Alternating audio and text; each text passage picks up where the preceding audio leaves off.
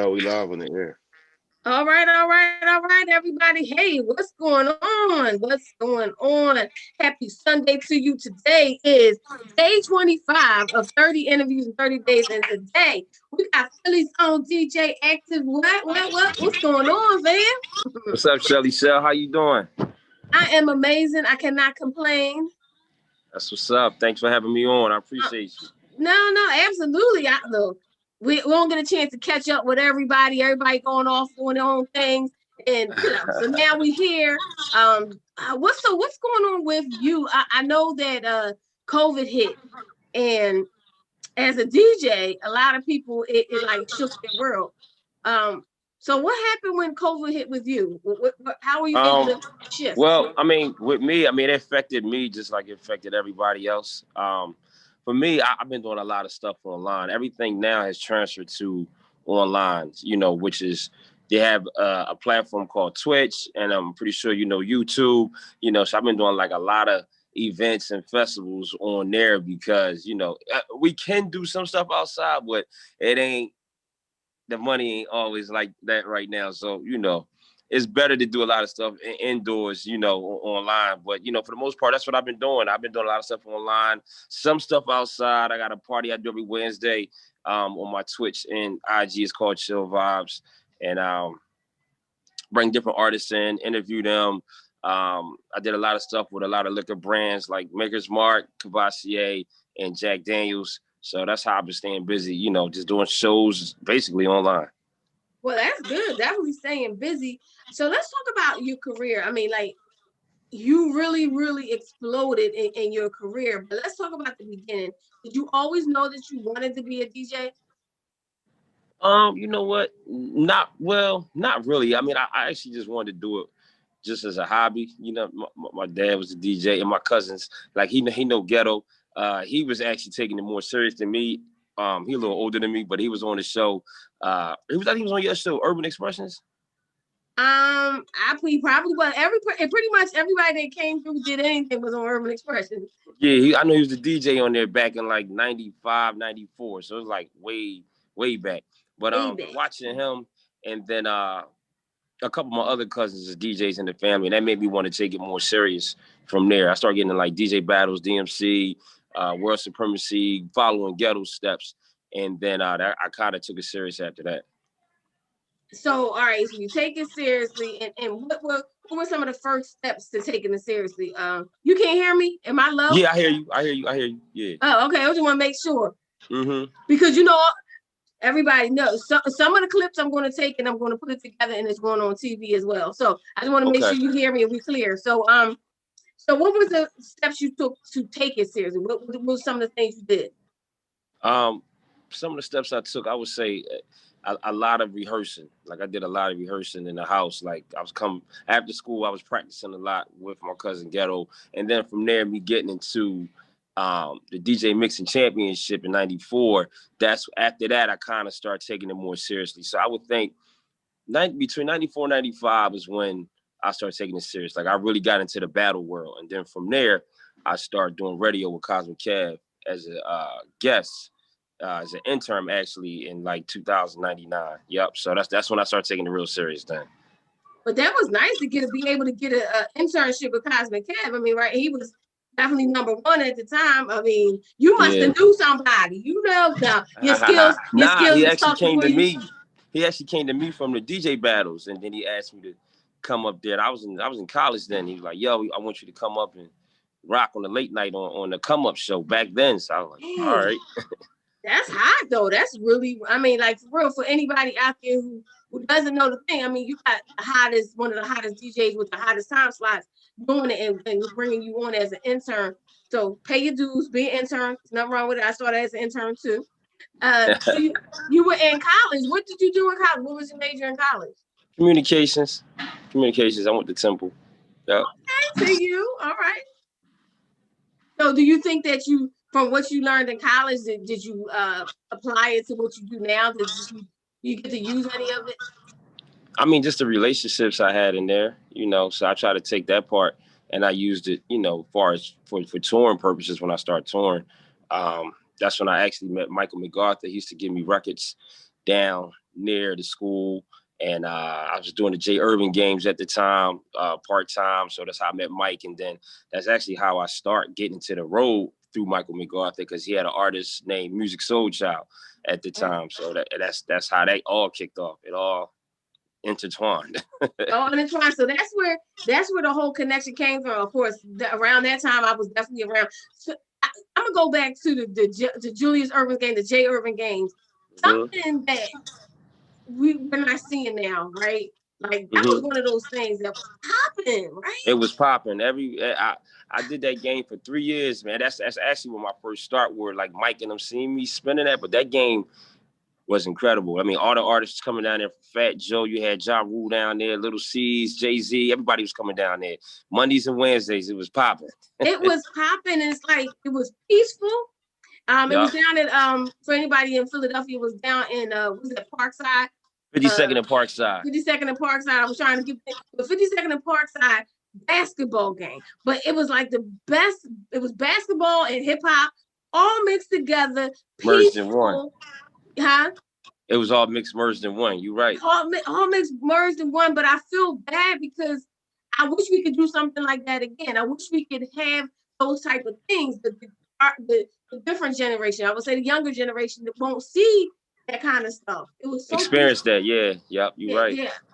Oh man, Jay Irvin put it together really nicely. I'm sure it was a whole lot of other people that went together, but of course, awesome. But you got to show you met Michael McArthur, of course. My friend Michael McArthur, I've known him for a lot of years. At J Hips, known them. J Hips, shouts to Hips. Yeah, and Music Soul Child, of course. I'm definitely a fan and a longtime friend. So, all right, you say you started touring. I mean, how do you get to the point of touring with Janet Jackson? Well, let's see.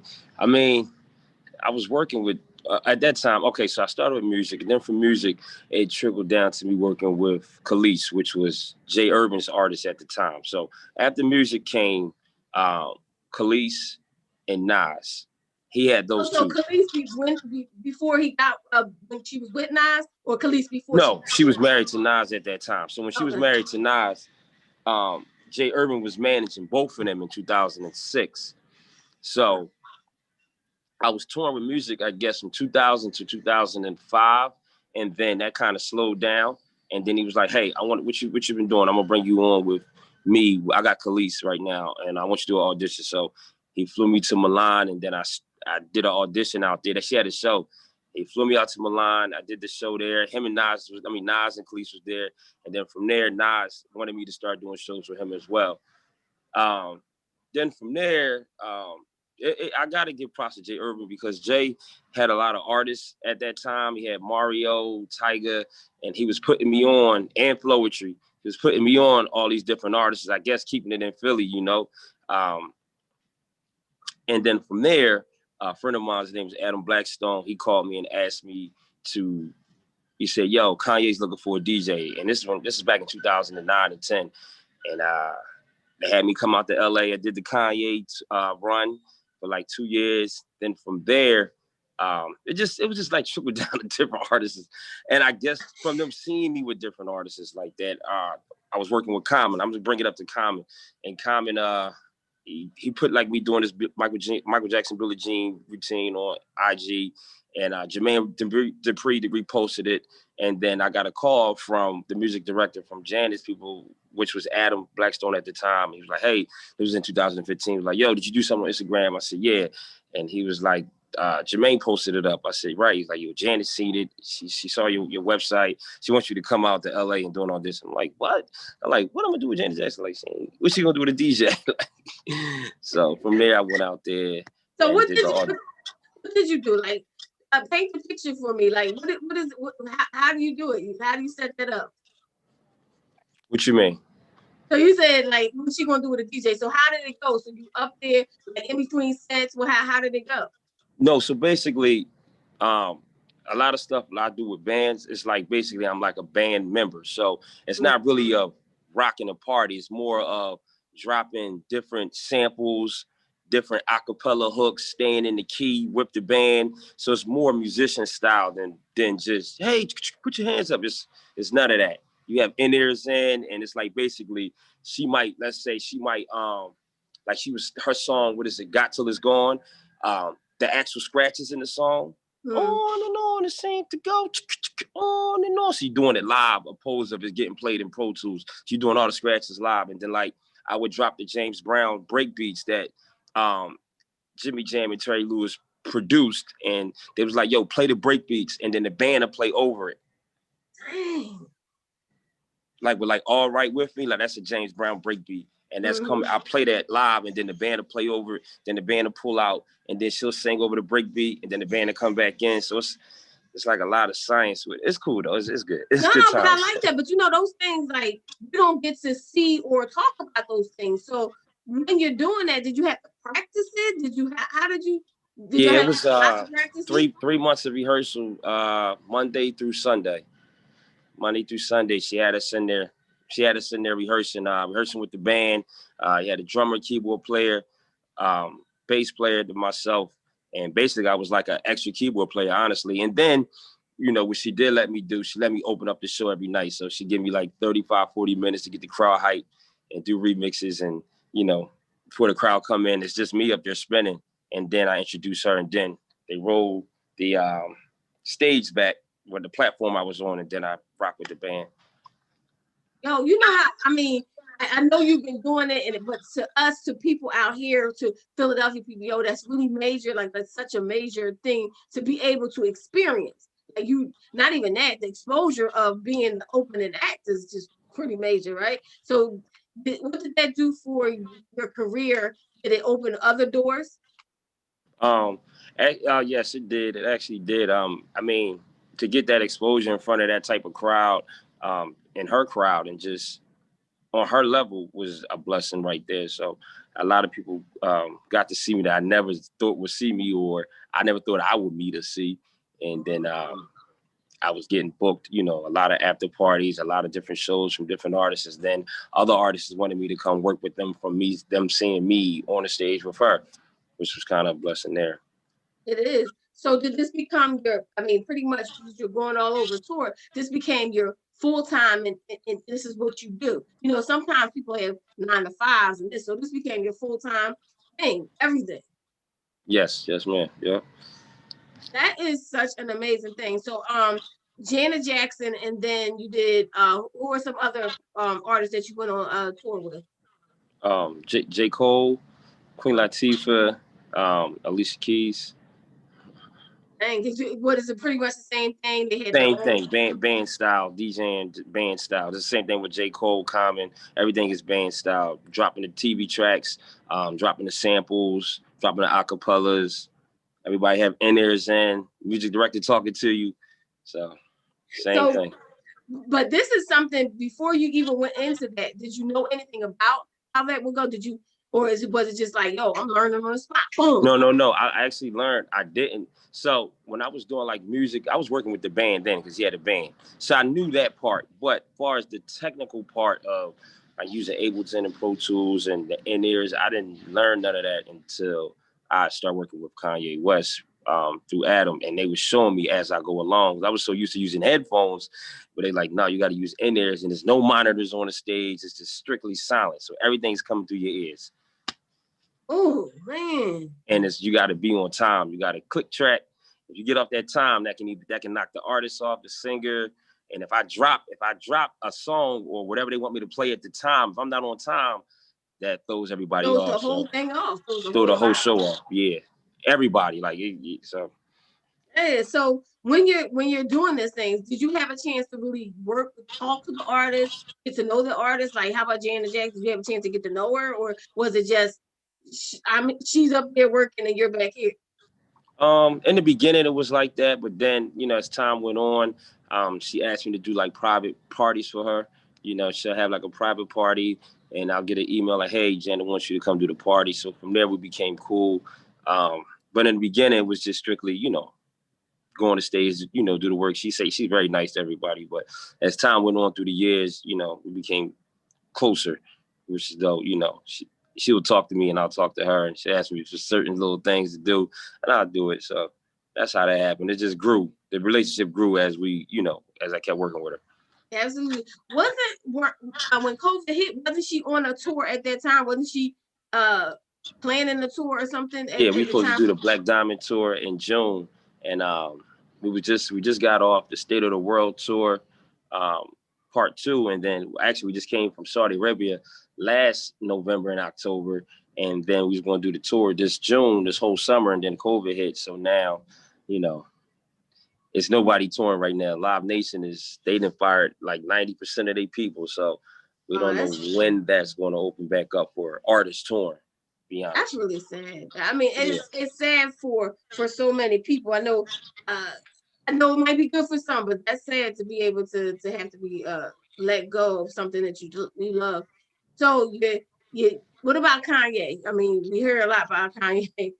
At that time, I mean, salute to Kanye. I will give the positive of him. I think he's an amazing producer. He's a great artist, and I would say music director as himself. Now, the other stuff he's doing right now with the presidential and all that other stuff, I don't know. But back then, this is when he was hot with the Glow in the Dark tour and the 808, 2008, 9, 10. He was on fire. But I mean, I just salute him for his artistic, and his creativity. Besides that, I can't. She said, I can't, definitely can't. So are you still based in Philadelphia, or are you? Yeah, I'm in between Philly and Atlanta, actually. Mm-hmm. Right, because I'm sure like you're able to do and go wherever the hotness is. So what's you just released an album, right? Yes, last year. Yup, it's called The Tour album, featuring a few people on there. Got Common, Bree Steves from Atlantic Records, Jazzy Jeff, Estelle, Music Soul Child, Marsha Ambrosius, Freeway, Beanie Siegels, Capone from Capone and Noriega's, a couple of classic people on there. People I liked and grew up on. So it took a long time to get the album done, but it was a blessing. So it was doing the album something you had always wanted to do? Yeah, I always wanted to put a DJ compilation together. So what I always wanted to do that. So what part do you do when you do the album? So would you just pick out the music? Are you producing it? How does that work? I produced some of them. It was co-producing. I also got some tracks with some people that actually helped. Shout out to Ivan. That's my partner, Ivan Barrios. From Carvin and Ivan? Carvin and Ivan, yep. They helped me with the project as well. Ivan actually did. Who else? I gotta say shout outs to Marsha because she helped me a little bit with some of the project, and I gotta say shout outs to Jalil Beats because he definitely did a track on my joint, Cut It Up, featuring PD Crack and Miss Jade. Yep. Wow, that is so fire. So what? So that came out. When did that come out exactly? July 5th, 2019, last summer. Okay, last summer. So are you working on another one or? Yeah, I am actually. I'm working on the tour. Part 2 now.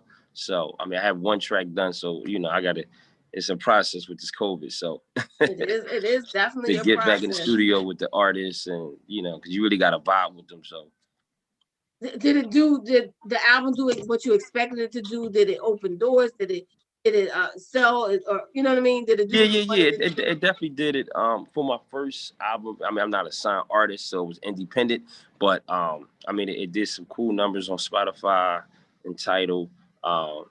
They got me a lot of interviews and stuff. BET actually picked it up, the video, The City with Common. So they was playing that consecutively, let's say about, like 7 weeks, 6-7 weeks. This is actually this year. So I'm going to say, and in COVID time, like this is in March, April, they consecutively played The City video. It came out. It was animated. And the radio picked it up. The radio was playing it. Philly was playing The City, Cut It Up. So it was cool. I mean, it was cool for the first one, I mean, let me tell you something. That's great for just as an individual, like to really be able to touch that many people as far as getting that many artists coming out of Philadelphia. So that's a major accomplishment for Philadelphia. You started your own company as well. Tell me about your company. Yeah, Active LLC. It's just a company for DJs. Sometimes when the touring was happening, I was putting DJs on to different artists. Some artists I can't do, upcoming artists, so I will put DJs out there and let them tour, with younger artists and stuff like that. So that's what I was doing. We can't do it now, so You can't do it now, but you can also teach. Do you do anything outside of being a DJ? Do you train people? Do you anything like that? Yeah. I do train a lot of upcoming DJs.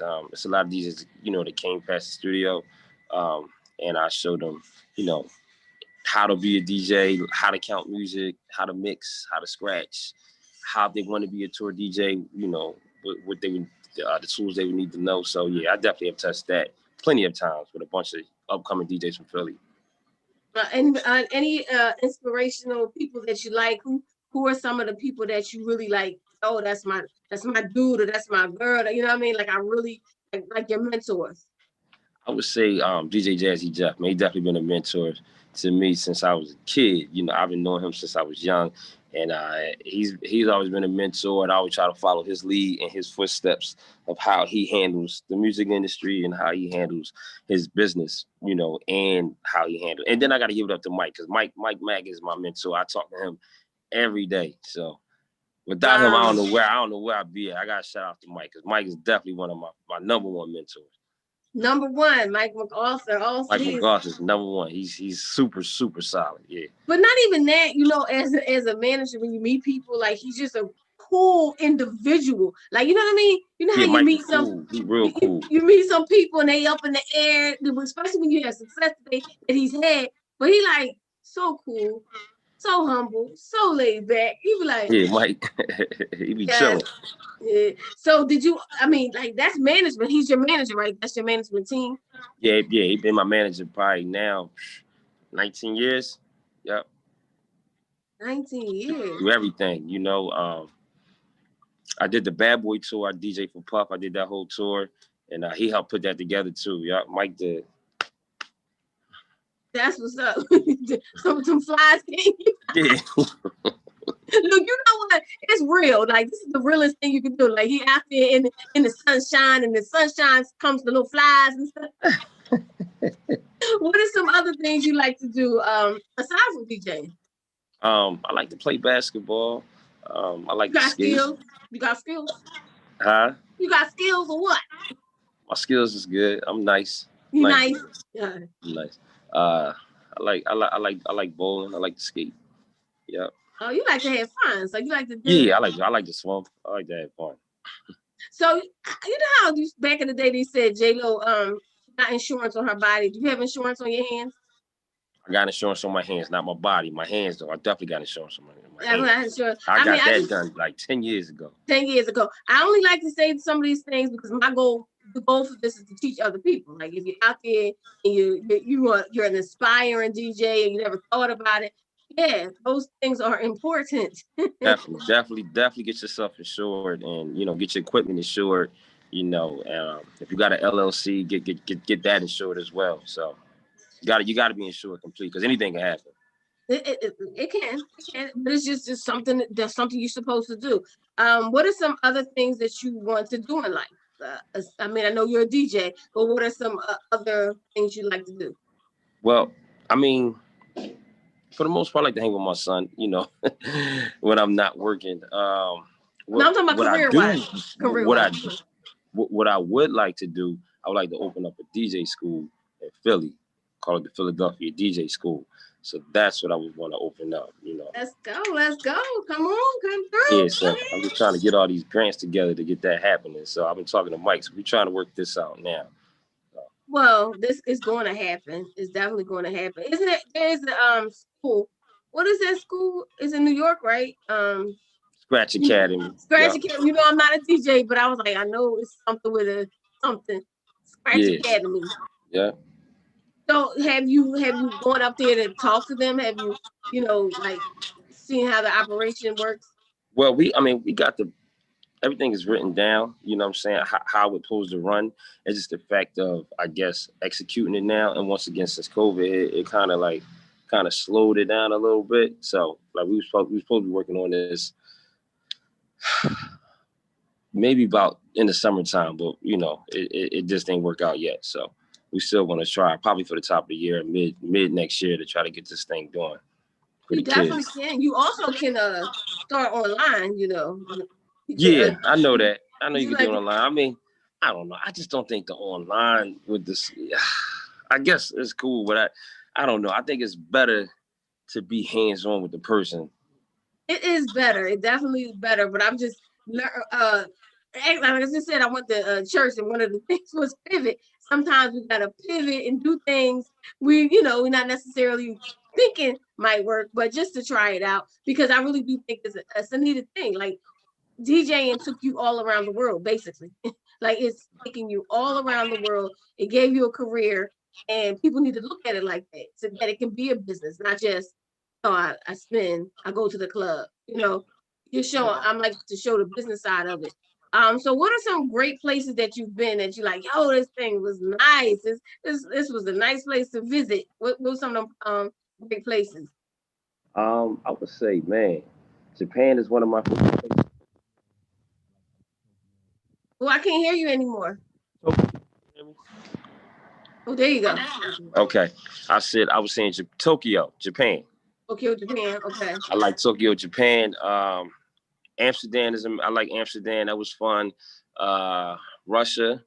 That was interesting. Russia. What was that like? Like It was seriously, cold as hell out there. I would say that much. It was cold, but it was crazy though because they knew all the rap music out there. I was out there with Khaleesi Nas. They knew all her songs word from word. I'm like, wow, this is crazy how music really reaches this far. I'm in Russia and it's freezing out here and it's snow and these people know the music. So that was kind of interesting, to be there. I never thought I would get to Russia, so that was kind of good. it's not even in my thought pattern, but that's why I want to know what it was all like. So so The Russia. food was What good other too, places? honestly. Huh? The food was good there. Was it Yeah, good good, food? good I don't food. know. Maybe one day. You never know. Anywhere else? What else? What other places? Dubai. Oh, Dubai is amazing. Dubai. I like Dubai. Let me see. Milan, Italy. Milan. And that's where you first. That was where they first flew you out to Exactly. When Milan. What was? Jay was he brought me over there. Yep. I mean, was that your first time out of the country That's when my you? first time out. No, that wasn't my first time out of the country. The first time I went out of the country was in 2000 with music to Japan. Actually, that's the first place I went. So with him, he toured around the world because he had the first album out with Hips and Mike, and we went to like Amsterdam, Paris, London, like all these different places. Then, so that was the first time me ever seeing the world was basically with him. Oh, so you saw the word the line when you went with Jay Irvin. Mm-hmm. I mean, I got to understand it, but what was it like? You know what though? Why is Dubai such a hot place? I've never been there. What makes Dubai I such a mean, great place? the fashion is good. It's hot over there. Just to seeing, these Muslim people this rich is kind of exciting. I mean, and they culture is dope, and you see a lot of fancy cars, and they love hip hop out there. They had me come out there actually by myself a few times.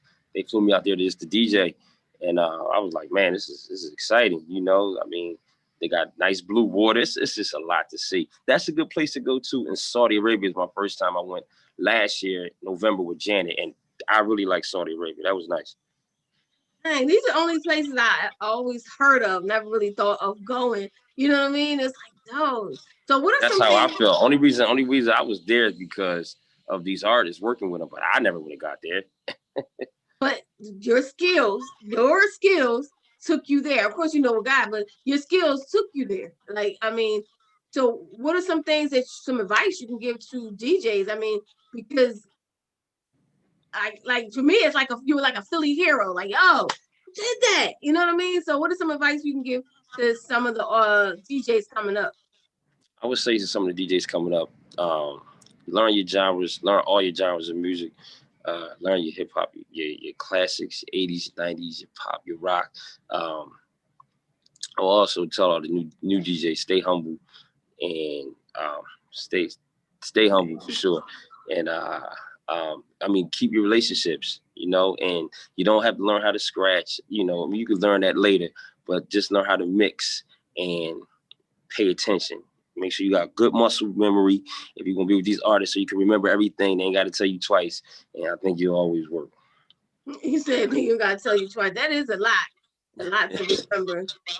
So what was some of the, you say you had to learn all the music. Did you learn that before you went on tour? Did you learn all the music before you went on tour? Or did you find that once you got with these artists, you needed to know all the music? Well, I try to research. I mean, if they're like, hey, listen, we're going to do a tour, we want to bring you on. I try to research their music and myself personally before I go to the rehearsal. So I'm not looking like I don't know none of their music. Even if I didn't know their music, I try to research it. Like, all right, let me know these records and these B-side records just in case, you know. And then in the B-side, we go to rehearsal. I ain't looking crazy, so you definitely got to do your homework. So they be like, all right, he don't know this song, he don't know this one. Like, you see what I'm saying? So you got down in it. But that's funny, the B-side. You don't hear about the B-side so much anymore because we're doing download the stream, but the B-sides to the older art, well, not old, I don't want to call them older, but the 80s, 90s artists, you had a B-side. Right. And B-sides is like album cuts as well, like album songs that might be a diehard Janet fan and they know all the records. You got to know some of these records too, because they might be in the show and they might want you to do something with it. And you got to know that music. You can't just, I mean, you can know our hits, but it's going to be some records in there that diehard fans going to want to hear at the concert and they're going to know. And you got to know it too and know how to play it. That goes for band members, singers, everything. So. Get your knowledge up. What else? What else can we tell them? What else? Because we want to. I'm telling you, y'all need this. I'm not a DJ, but he making me want to be a DJ. What's some other things we could tell them? What's some other things that you learned while you were out there on the road? I mean, just don't spend all your money. You know, if you're touring, I would try to live off that per diem. And if you if you getting a check, I would leave that. If you out, let's say you out for 6 months, don't even touch none of that money. Just touch, you can live off per diem. And if you're a DJ, you're doing after parties, you may get paid $15,000, $25,000 after party, $800, I don't care. You just save all that money. Just don't touch the tour money. You got to come home with all the tour money. So that's a gem for artists, for DJs who go out on the road, try to save your money. Because you never know when you're going to go back out. You might not go back out for another year, 6 months. You got to make sure you got some money stacked up to take care of your bills and take care of yourself and living quarters. So a lot of people go out there, just go berserk, buy jewelry and sneaks and just go crazy. But, you got to save. That's level head right there. But you need to, these are things that everybody needs to know. We're not trying to be all, flexing and stuff. But do you think you learned, I feel like Mike MacArthur being such a humble person, such a down-to-earth person, did he pass some of that knowledge on it to you? Because I know if you don't have a manager like that, you could, you can go off to the left. Yeah. I got to give it to Mike. I mean, because when I first came on the road, I spent all my money. I came home with no money off the first Music Soul Child tour. So I had to go get a job because I was so excited to make that money at that time. I'm like, oh man, like I just made all this little money. I ain't never see that type of money. And it wasn't like a lot of money, but it was a lot of money to me coming from West Philly. I ain't never see that type of money. So I spent all my money. And he was like, yo, you got to calm that down. You know how you talk. Like, yo, you can't be doing that. You got to save some of your money. You know what I'm saying? We give you enough money. So he started putting me on a budget. Like, yo, I'm just going to give you this. And then he would give me my per diem, but they wouldn't give me my check until the end of the tour. They did that for me a couple times. So I wouldn't spend all my money. So he definitely told me how to manage my money. But that's important for anybody. I feel like, look, even Will Smith, he went through that when he started off, spent all his money.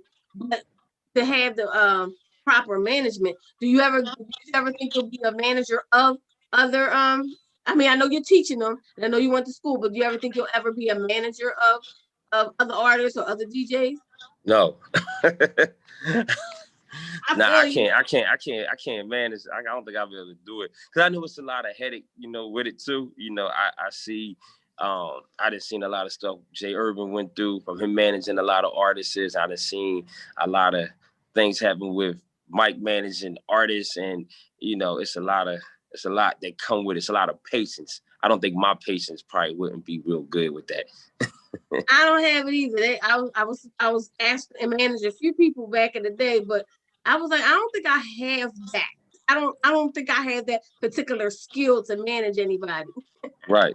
It takes a real, I don't know what it takes. I ain't got it. Right. To be a manager. Have you chronicled any of your life? Any of what's going on? Have you chronicled it? Do you feel like you'll do like a documentary type of piece? Yeah, you know what? I've been actually thinking about putting out a book. I do have everything documented. I got tons of videos. I mean, when I was young, I got a lot of stuff written down. I got plenty of laminates, and I have a lot of stuff that pictures galore. So I definitely, in the future, not now, maybe in like the next 5 years, I'm gonna probably do a documentary or a book to write about, my life.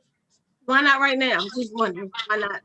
Because you got some time right now. Don't you have some? I'm not saying that but aren't we in a different time that you got We're more? in the time, so you know what? And you know what? I ain't even think about it like that. I ain't even thinking about it. I didn't even think about like, the time that we had to do it, to write something down. So that's a good idea. Maybe I might start writing it down with this time we have in this pandemic. So yeah, it's been an interesting time, and I feel like I've been able to do some more things, focus things. You know what I mean? Like really focus on this, that, or the other. I mean, now everything is opening up, though, to a certain degree. Right. To a certain degree. Although I'm not comfortable 100%, but people are having events. People are doing this. Yeah, definitely having events. I'm glad it's opening back up a little bit. You said a little bit, but why you have a little downtime? I was just saying, like, yeah. I'm praying we don't have another time like this. Like, I'm praying that we never have this moment again where we're scared to go out. We're scared to hug a person. We're scared to do. I don't want this time again. But while we have this time, I say, hey, let's carpe diem. Right. Now that's. You said, yeah. So artist wise, right? Don't want to talk about nobody wants good stuff. What are some artists? Things you learn from artists and some influential words that you learn from some of the artists, one of the artists. I think I learned this from Kanye. He told me to be sure of what you're doing. Don't never second guess, like when you're performing. He said, don't even never second guess it. Just own it and just do it. Like, never be scared to do it. If you got an idea, something, just do it. Don't hold back. So, because at first I used to be kind of scared to maybe put a song in there. No, do it. Like, just got to do it. So I learned that from him. I learned from Janet, she just was like, age ain't nothing but a number. She was like, you can just, it doesn't matter what age you is, you just got to keep going. She's like, you young as you are. That's what she told me. I said, I'm forever 21. Everybody think I'm crazy, but I'm forever 21. Yeah, Janet. So yeah, that's probably basically it. I took that I remembered from Kanye and Janet. Yep. Good lessons. I mean, I say always take something from somebody. If they're teaching it, let's get it. I think we are past our 30-minute mark, but I appreciate your time. Thank you so much. Do you mind doing a drop for me and for Grown Folks Radio? Yeah. Yep. I'm Shelly Shell, just in case you want to know. I got you. Yeah. You ready? Mm-hmm. Ready. Yo, this DJ Aktive checking in right now. Grown Folks Radio with my homegirl Shelly Shell. Make sure y'all tune in. Make sure y'all check out the tour. We out here. Shelly Shell, Grown Folks Radio. Peace. And I know DJ Kid Disco will like one as well. He's engineering for us. He's actually the co-owner of okay. Shout out to the legendary bad DJ, my man DJ Kid Disco. Keep killing on one of them turntables. And then you already know what it is. DJ Aktive checking in, my brother. Yeah. Thank you so much. I appreciate you. Look forward to the article coming out in actually the magazine in a couple of months and in the newspaper. So thank you so much for all you're doing for inspiring. Honestly, I appreciate you. You inspire me, like you really do. You inspire me. I love reading. I loved reading your story. I really do. I'm like, whoa, we're from Philly. I remember West yes. Philly. We make it. Thank you. You have a wonderful Sunday. Yeah, you too. Thank you, Shelly. Appreciate you. Blessings.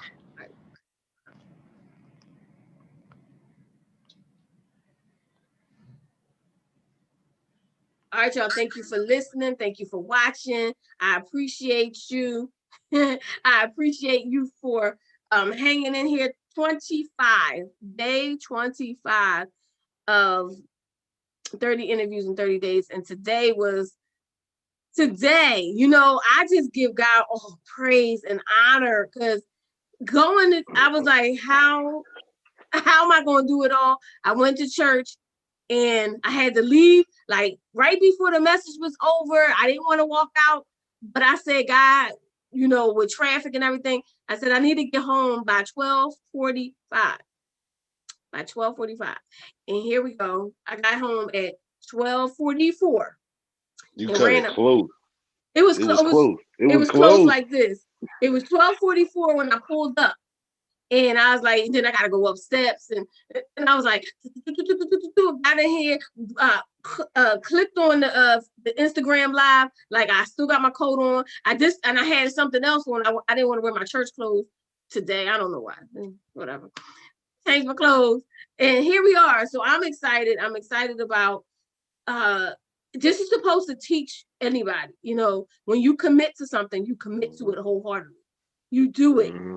No matter what you come up against. And another thing, as I was driving, I always come up with thoughts in my head. So plan B. There always has to be some type of plan B. And I know we're not talking about like if your business doesn't go right, but there has to be a backup. Plan B is not just for your unwanted your unwanted I was getting ready to say your unwanted stuff, but plan B pregnancy thing is not just for that. No. You stupid. Wow, what I really wanted to say there is plan B ain't just for your unwanted men. But anyway, plan B. You gotta sometimes plan B is better than plan A.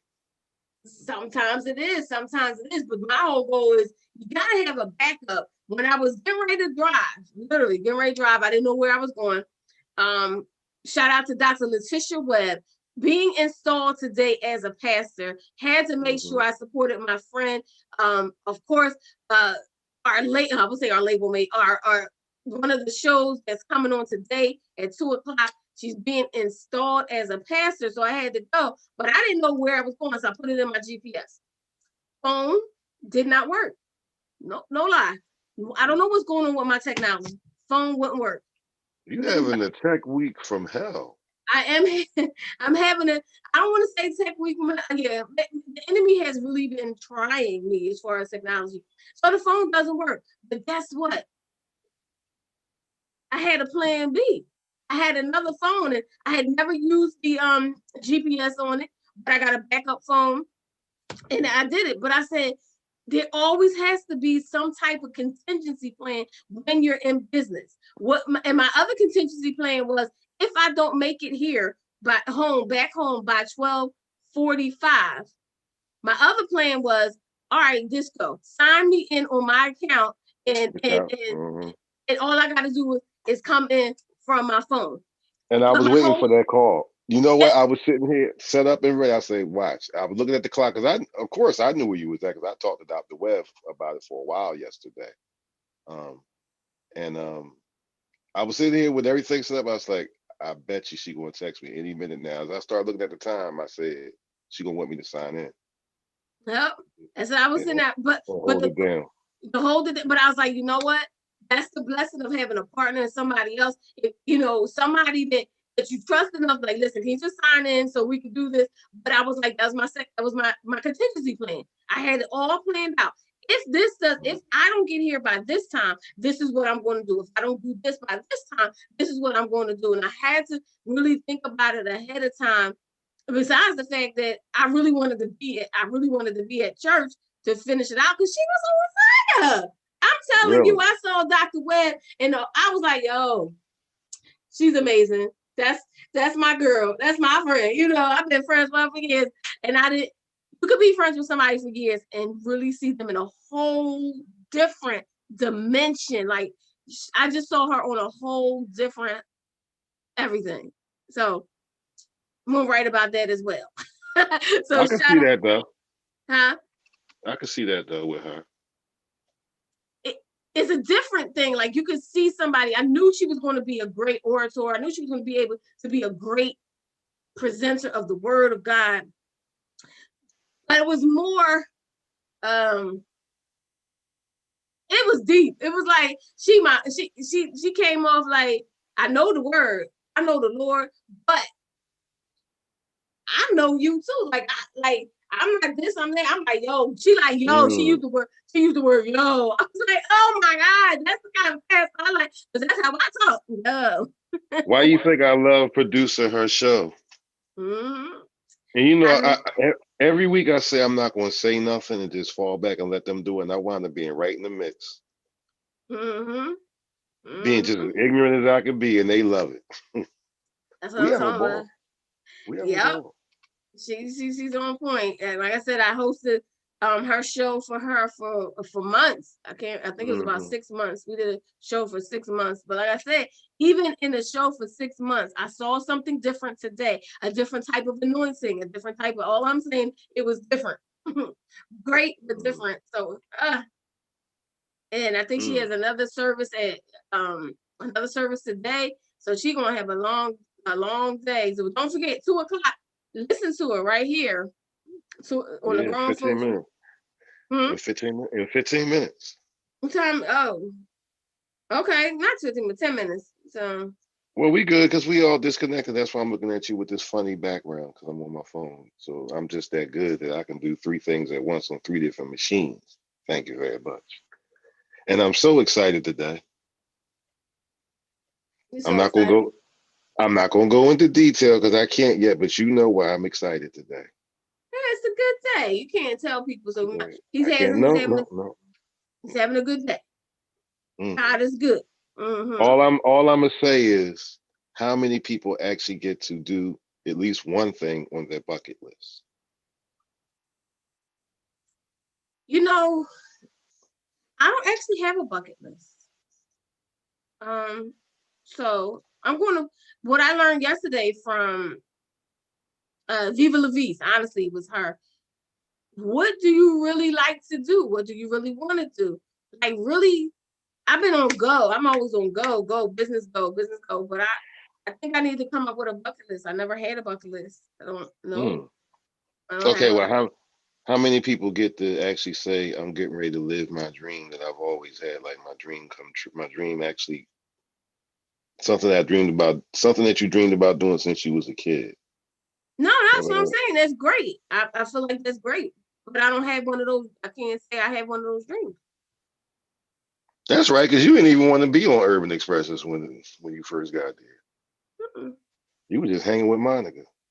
Hanging with my sister, just hanging with her. And that's it. So I can't say, like, I don't know. But I'm gonna sit back and think about my bucket list and think about my bucket list might be different. I know I want to go to the Essence. I don't know, whenever the world opens back up. I want to go to that's the bucket list. Anything that anything that you always wanted to do, that's your No, it was nothing I always wanted to do. I'm coming up with it now. I'm coming up with all those things. I've been thinking about it lately. The only thing I had that I really wanted to do was be booked for the Essence Festival. Not just go. I want to be booked. Booked to speak. As a speaker. As a speaker, I want to be or bring in the TV show, sing on a Saturday night. I want to be booked. And I want them to pay for it. Just like that movie, Girls Trip. I've wanted it ever since then. I don't know why. Oh, yeah. Okay, well, can I ask you something? When you get booked down there, can I be your DJ? Can you be my DJ? Sure, if they say I need a DJ, but I'm trying to be booked. I just want a reason to be down there having one of them Essence badges around my neck. Yeah, Essence Festival. Like I know a lot of people want to do TEDx talks, TED talks. A lot of people want that. That's not on. That's the thing. That's not my thing. I'd rather have Essence Festival. I got a bump. You know what? I want to be on Sway. I want to be on 3 shows. Show. Yeah, Sway in the morning. I used to know Sway. Like whenever we used to do Urban Expression, we used to run into Sway. He always remembered this too. He always remember Urban Expression. Shout out to Sway. Sway in the morning, the DL Hughley show. Okay. And Charlemagne. Oh, you should play my drop. I got a drop from Charlemagne. He shouted those out. Mm-hmm. And one of the other shows I always wanted to be on. Again, I can't reveal it, but I think I'm going to be on that show. That's what's up. One of the shows I've always wanted to be on. Okay, well, you better keep it inside. Keep it in, you know what I mean? Keep it in. Keep it in. Keep it inside. Oh, you know what? You know what other show I always wanted to be on? What? MTV Raps. Good luck with that. Is it still a thing? Right? I know. But there was another show that I always wanted to be on, and I finally and I got to be on it. What's that? Urban Expressions. Oh, you so funny. I'm trying to think. It's not a show that I want to be on. I mean, I don't want to just meet Oprah or Tyler Perry. I want them to book. I want to be either work with them, they hire me, buy a show from me, something. I don't just want to interview them. I want it to be reciprocal where I'm making money and it's some business type of deal. I would love for Tyler Perry to take one of my podcast ideas and turn it into a movie. Could do that. I have a movie that I want to do. That's a bucket list. Something I wanted to do there's a movie idea that I want to do, but I don't know how to approach it without someone stealing my idea. Period. That is it. There's a movie I want to do. It must be hot. I feel like it's a good idea and I want to do it, but I don't know how to navigate without someone taking the idea. I remember straight up when it was an executive at MTV. We was at the conference where we won the billboard, and during the conference they have panels, little panel discussions. So they had all the executives, they had MTV, BET, all the different executives. And the guy, the one executive from MTV said, "Don't give me your ideas, I'll take it." Dang. But that's the truth. He's being real. He's being real. I've had people take my ideas, quite a few. I remember I had me and my bestie had a nice idea, and the promoter here in Philly took it and did a show with our idea that we was going to do free out the park. And they wound up making it a show, and got a couple of hours off of it too. See this movie, I get it. This movie, I don't know how to do, but I swear it's good. It's a good movie. I swear the idea and the concept is a good movie. But I'm gonna keep it under wraps until I figure out. Until God places me in the place where I know I can trust whoever I'm talking to not to take the idea, but they have the money. It's not one of those things you can do independently. So that's why I need a big studio to do it. Other than that, I independently would do something. But this is not one of those independent type of movies. You gotta have a real budget behind you. I wish now that's on my bucket list. I ain't gonna lie. I would love to be on a movie set. Maybe I can ask my co-host one day. If I could just tag along. Set? Yeah, I've always wanted. I've never been on it. I've always wanted to do that. I can't see you right now, right? Yeah, because you know I'm doing something else right now. All right, I'm doing three things at once. I'm trying to get set up for Dr. Webb's Oh, well, we can gospel just show, say bye so you can but do I that. can do three things at once. I can chew gum and walk down the street at the same time, Missy. Okay, excuse me. Yeah, Um, excuse you. mm, I don't want to be on a movie set. I want to be in a movie. I would rather be in the movie, paid, of course. I would rather. Nah, you know what? I don't know. I don't know. I don't know. For me, I think I would do it if it's a certain. I would do good at that if it was a certain role, but. No, I've been acting silently since I was a kid because we always had church plays and things like that. So every year, but I mean, I enjoy it. So secretly, secretly, I enjoy acting and would love to be in the movie. Oh, so you just told us you see that's a bucket list. So now, but as I'm saying, I had to think about this stuff. It's not like my stuff is so embedded in secret, like secret down in. It was secret to myself. Like, yo, so now I guess I'm verbalizing what I really want. But it was So it's secret. It's some, like, so it's something that you never share with nobody. That's what you're telling me. right, yeah, because it's secret. It's like a secret thing. Like, almost, I guess it's really almost like I never believed it could happen. Maybe in my mind I didn't see it happening, so I didn't talk about it. So I'm like, yeah, Did you tell your parents? no, mm-mm, You ever tell Monica? no. Mm-mm. You know you just did, right? Well, we're telling everybody now, but I'm just thinking about those things when you talk about bucket list. Right, I got you. I got you. I What's got on your bucket list? And now I'm thinking, wow, maybe I should really put a bucket list together or really verbalize so I know exactly what I want. I mean, that still has nothing to do with what Viva LaVie said about knowing what I like to do for fun. Well, what do you like to do for fun? Mm-hmm. Hang with my family. Mm-hmm. Hmm. That's fun. Hang with my family. Um, I mean, you know what? I think so many people come up with ideas, and I'm like, yes, let's go. That's fun.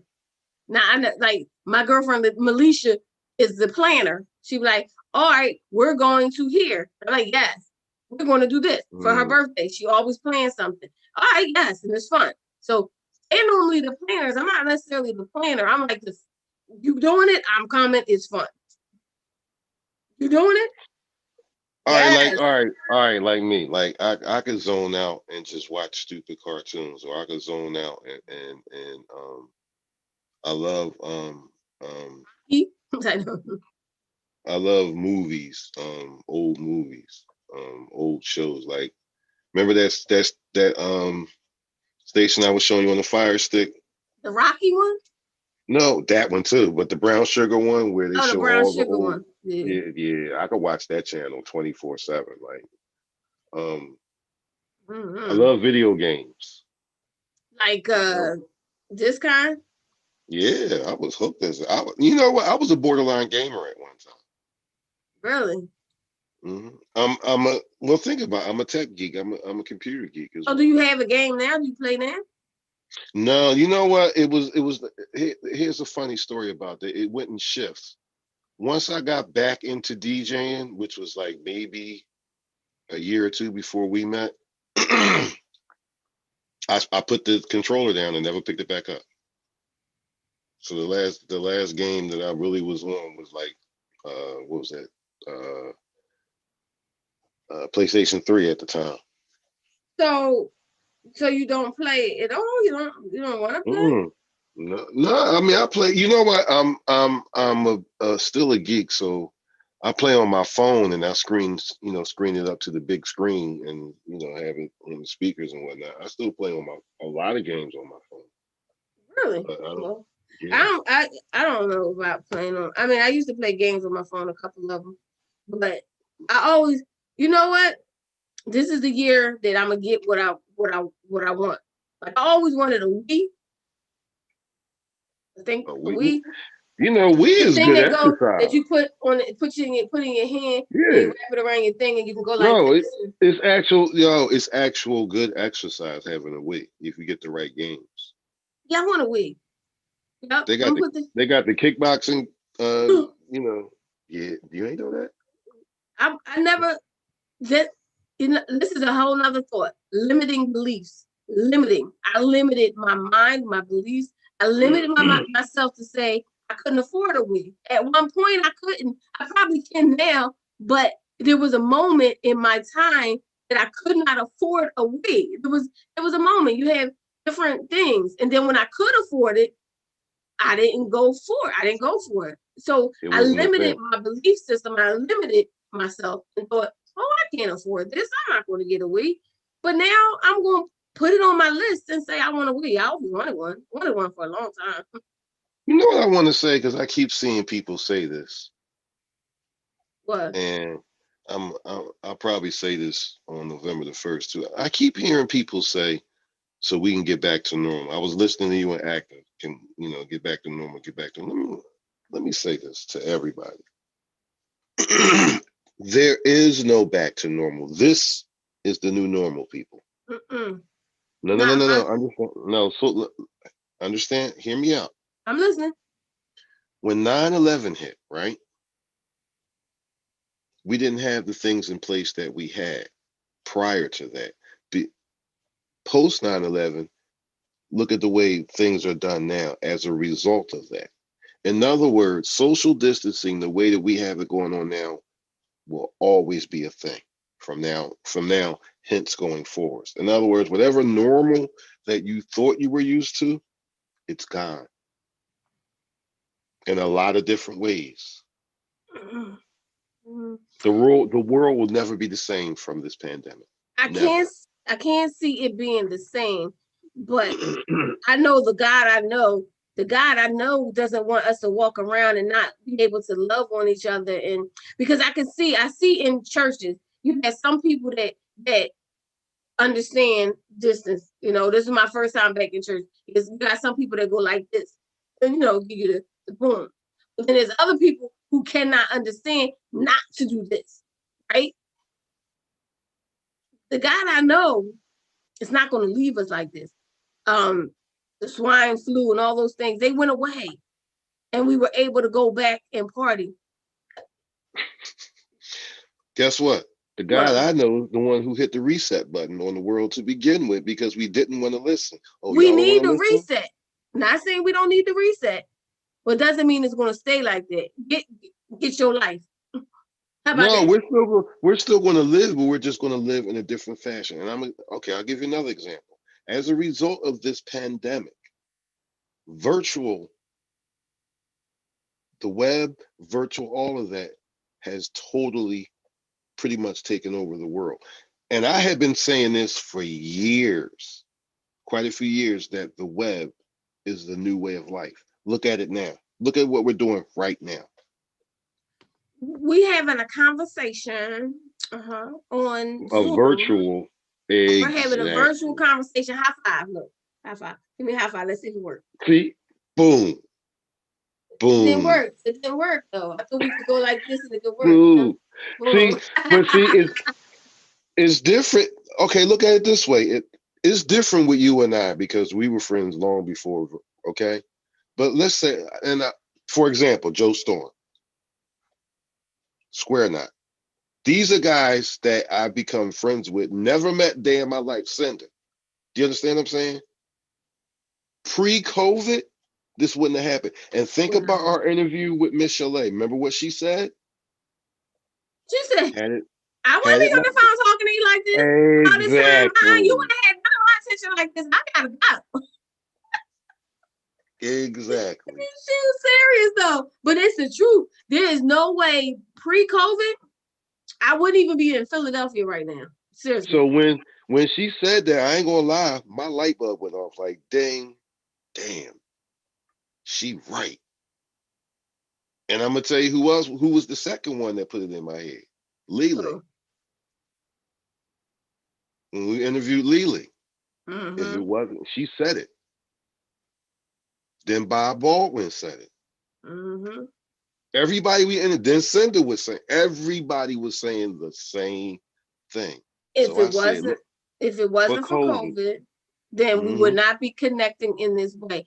You're right. If it wasn't for COVID, I would not be interviewing DJ Active. If it wasn't for COVID, I would not have been doing 30 interviews in 30 days because I would not have had the time, period. Mm-hmm. There would never have been the time because I would have had to run out somewhere to do something. I don't believe I would have had the time. Although this took a lot of time, this time, like I said. But you're right, if it wasn't for COVID, but I also don't believe we're going to stay this way. I believe we can still do virtual, and I believe we can still operate in the virtual manner, but I don't believe we're going to have to stay in the fact I need parties. I need to do single on a Saturday night live again. I feel like I need to reach out and touch them, the people again. You will. Look at us Friday. I mean, next Saturday. No, you will. It's just the way you're going to do it from now on. It's going to be forever changed. So that's what I mean by the norm. There is no more normal. This is the new normal. You're going to be social distancing, whatever you do. I don't want to social distance for the rest of my life. You don't have a choice.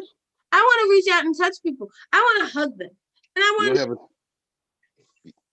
You don't have a choice. I do have a, well, not right now. I don't have a choice, but not right now. But eventually, I want to be able to be like, hey, like I said, look at Saturday. We'll see. I'm ready because even I was a little nervous when we was in church. I'm like, oh, this is the first time I've been out with people, and I'm like, oh shoot, we in the inside place. And you better come get your shirt because Karma's great. Wear your shirts. It's like I just wanted to represent the station. Why don't you get her one? Because when I asked her, she said she didn't want one. But now she like them. Well, get her one. I did. Oh, yeah, but she's not gonna have it by Saturday. You're not gonna have it by Saturday? Why? You said 5 days. Monday, Tuesday, 5 business Wednesday, days. Thursday. Monday, Tuesday, Wednesday, Thursday, Friday. When is the party? Saturday. Monday, Tuesday, Wednesday, Thursday, Friday. He pushing it, but all right. Pushing it, just order it so you can have it. So at least try. Let's try. I got 5 on it. We get ready to set up an e-store, y'all. Mm-hmm. And we get ready to start selling grown folks gear. You seen my what's the name, right? Mm-hmm. My man, and they got the little strings in the back. It's a joint you got to put over your whole head, though. It's interesting. Yeah, I know. It's more for like sports people and you climbing mountain climbers and DMX bike riders and them kind of folks. Them kind of folks. Yeah, them kind of folks. We ain't got nothing going on. Listen, tomorrow night, y'all. I know Seabreeze already said it last week, but we're actually going to be live. It's weird because she's filming her 5th. Shout out to Cinda. You know, Cinda has filmed. This is her 5th movie she's filmed. Yes. Since she started back a couple of months ago with COVID. Yeah. Go ahead, Cinda. Work, honey, work.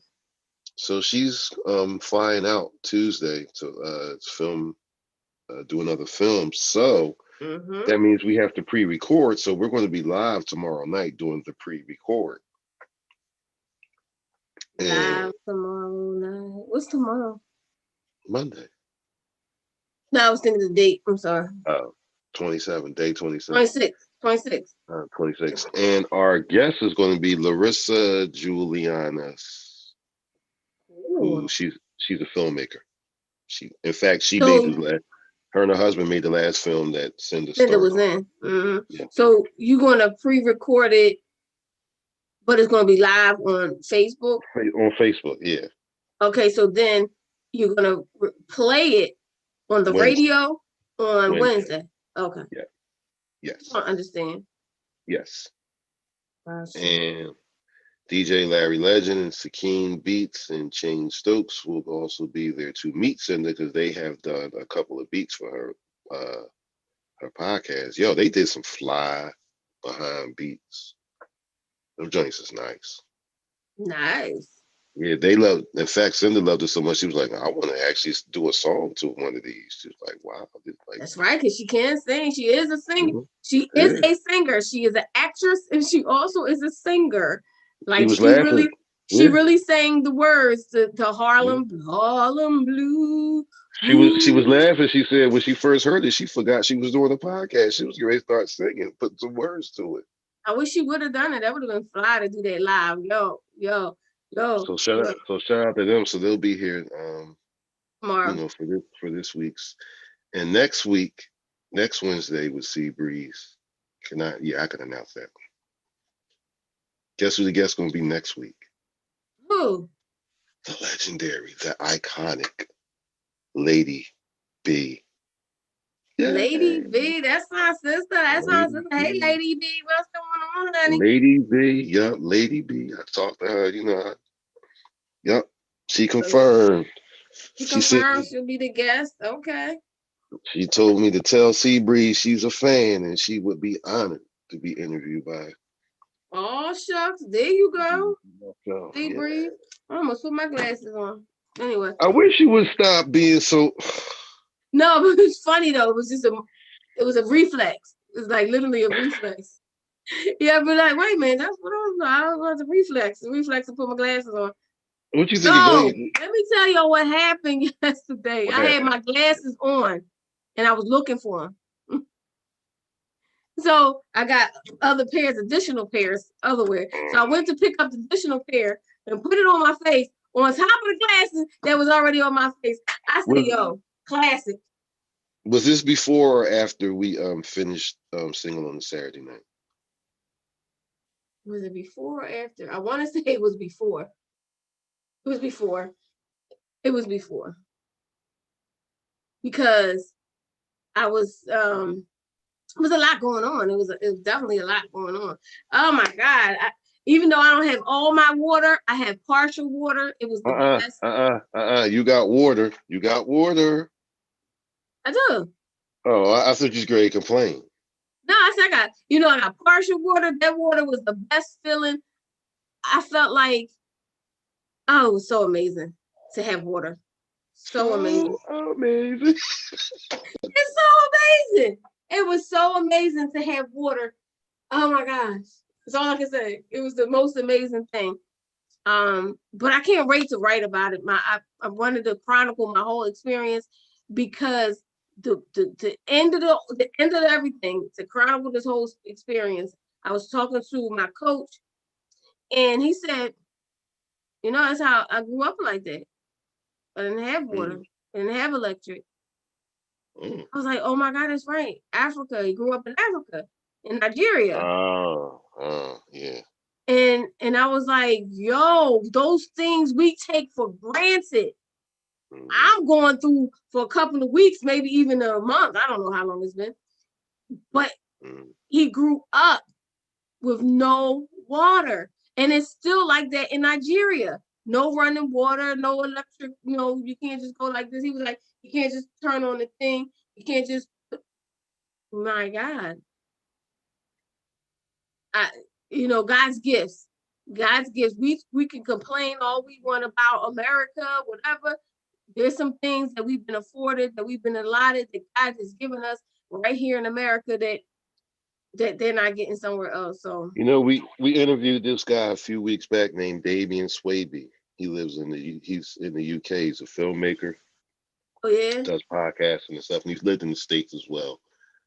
And that was a great interview because it really had me looking at some of my complaints as being a Black man or being Black in America. Maybe look at it in a whole nother light, like, wow. As far as, I'm not going to act like there's not still racism, whatever, but he said over there, it's just like, it's on a whole nother level because it's not even, it's classes. It's not race, it's class. Like either you're an aristocrat or you're not.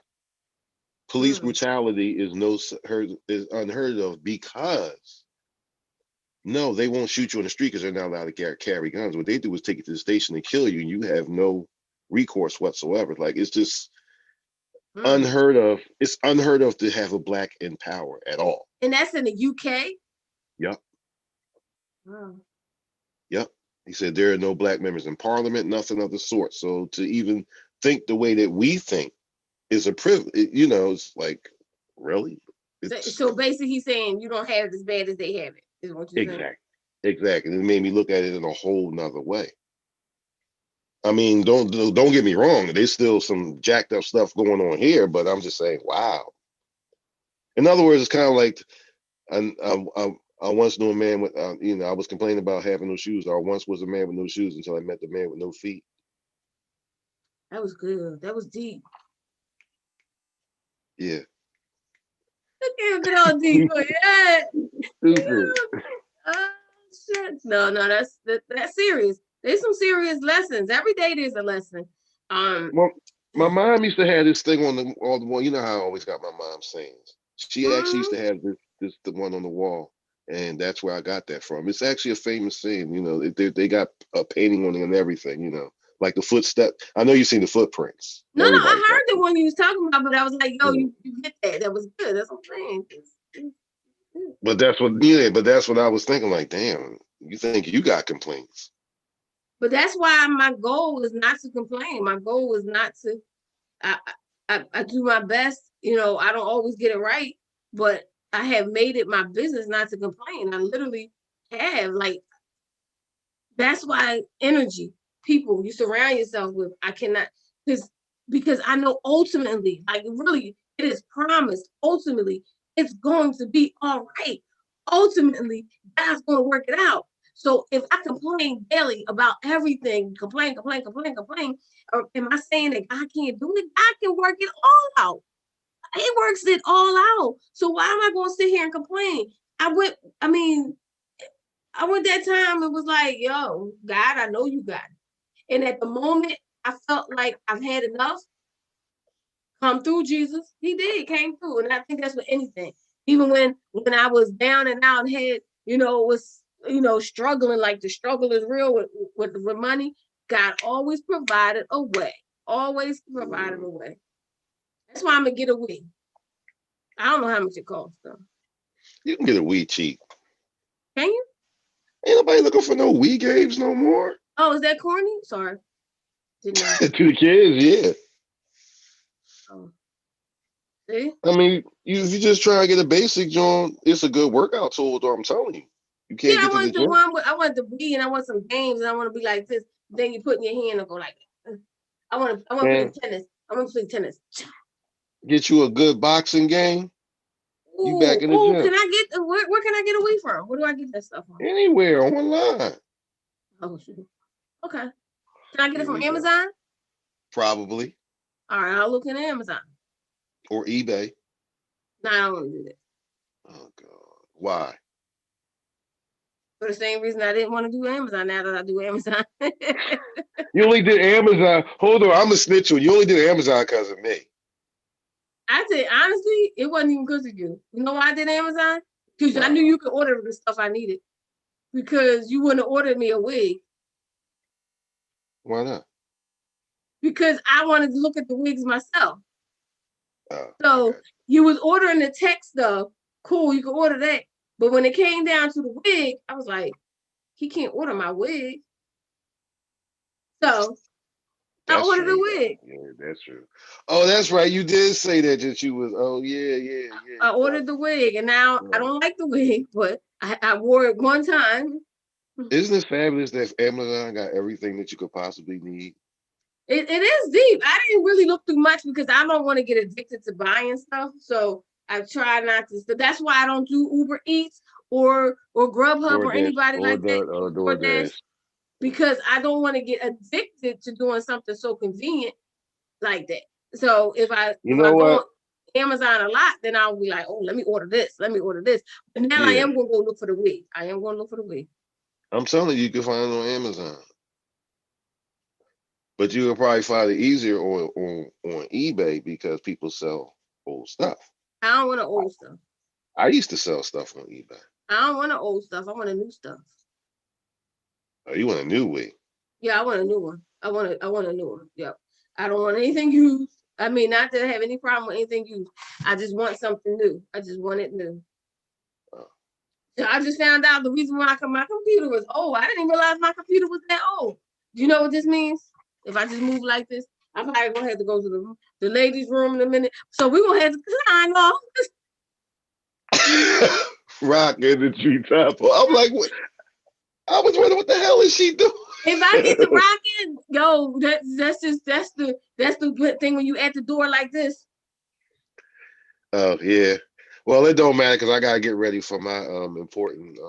Yes, you gotta get more ready for the thing. I can't wait to hear. Can't wait to hear. Thing. You know I'm gonna call you as soon as we get back in the car. Yes, call me. Let me know what's going on. It's gonna be you're gonna be in there for a while to get to talking. Oh, for real. She likes to. They like it. She like to talk. You'll have fun though. It's gonna be fun. It's gonna be fun. Do we eat? I don't know. I didn't eat. I was offered some food, so I hope. Oh, if you was offered, it's Sunday. It should be Sunday dinner time. Yeah.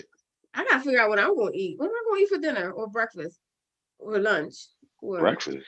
Dinner? What? Oh, I didn't have breakfast and it's probably past lunch. So I gotta figure out what I'm gonna eat. It's almost dinner time. It's well, Carmen cooks early like that. Oh, she cooks? No, she ain't cooked today because she knew we was going. Oh, okay, good. No, she been in the bed all day. Good for her. All right, y'all, we need to go because I'm about to rock myself. I'm gonna be looking like this. You're not gonna like this. And that just means like you at the club doing the snake jaw. Yeah.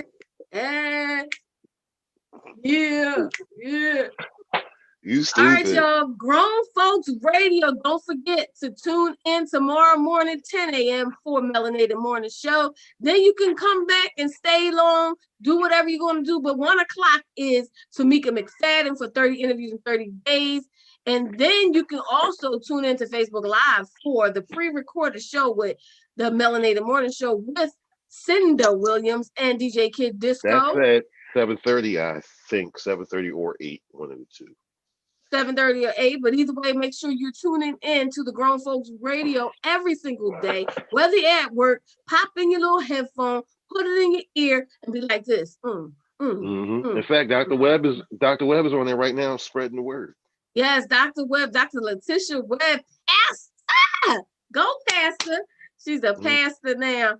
Well, she's being installed at 3 o'clock. So shout out to everybody doing their thing. Like I said, tomorrow, 1 o'clock is Tamika McFadden, but the next day is Brave Williams. She is an actress, been in major movies. I just watched her movie on Netflix Friday. Not because I didn't see it already. I had already saw it, but I wanted to watch it again. Because when you're about to interview somebody that's been on major movies, it's always a good thing. Shout out to Mike MacArthur. That's true. Yeah, the movie is called Love.com and it's on Netflix. It's a cute little movie with the love type movie, but I love the movie. I watched it even before I knew I was going to interview her. I watched it a while ago, and now to say I watched it, now I'm going to interview her tomorrow. I mean, on Tuesday. Yeah. Shout out to Aktive. Good interview. Thanks for the drop too. We gotta get him on the station, do a guest set. I don't know if he does that kind of stuff, but we'll see. He'll do it for me. We'll see what's up. You know what I mean? He around. One DJ to another, he'll do it. We will definitely make that happen. Like I said, he got his album out. I didn't even know he had an album. Shout out, salute to him. Yep. I knew he had an album out. Like I said, I do my research on people. Oh, that's hot though. That's real hot. So we got to play some of that music on Wednesdays after 30 interviews in 30 days is going to be Indie Wednesday. Indie Wednesday. 6. What's my time? I wrote it down. Sorry, 6 o'clock. Dang, I just dropped my pen. 6 o'clock. 6 to 8. Indie Wednesday. 6 to 8. So that's after this. So we're gonna play some of that music. Talk about house music. No, I'm playing. So anyway, tonight, I don't know what you playing tonight. Tonight is what? Old school Sunday, 8 o'clock. Will I Old be back school home by Sunday. 8? Huh? Will I be back home by 8? Can't you put the mix in or no? Yeah, of course. Oh, just put the mix in. Yeah, of course. Tonight is 90s R&B and 90s hip hop. Oh, shucks. I was tuned in last week. I got to tune in this week because I love me some 90s R&B. I'm talking about like I sure hope you're talking about like BBD. I know they no, like. I'm talking about like BBD, Adina Howard, Miss Chalet, Oh, they're cool. Brandy, and I didn't interview Van. But I still got to interview Brandy one day. I've never interviewed her. Never met her. I met Ray J, not her. what's the other, Monica, all that type of stuff. Okay, I like this. Gina Thompson, the things you do. Amaze me, keep running to you. How about CC Peniston? Is that not 8? What? Yeah. Keep on walking. I ain't talking to you anymore. Might throw some house in there. Okay, talk about house. The only thing I knew back then about house was follow me. Follow me. No, I'm talking about that deep house. Deep inside. Deep down inside. I forgot about that one. Deep down The inside. 90s house was the first version of twerk music. Okay, this is what you're gonna do is tune in tonight, 8 o'clock for that music. Listen, talk about. Yeah, that's if I'm back home. Well, no, I'll still be back. I'm gonna throw a mix on, even if I ain't there. So you didn't do so you don't do it. You do it live. It depends on. Well, no. On Sundays, that's live. Oh, got it. Okay, well, either way, tune in. It's Sunday. Yeah, either way, it's tonight at 8 o'clock. Tonight at 8 o'clock. Yeah. Probably give away too many details. Probably gave away too many details. Yeah, that part right there. That part right there. All right, y'all. Thank you for rocking. We'll see you tomorrow or listen to you tonight. But either way, grown folks radio is around. Be around. That right there. Boom. Yeah. We did. That part.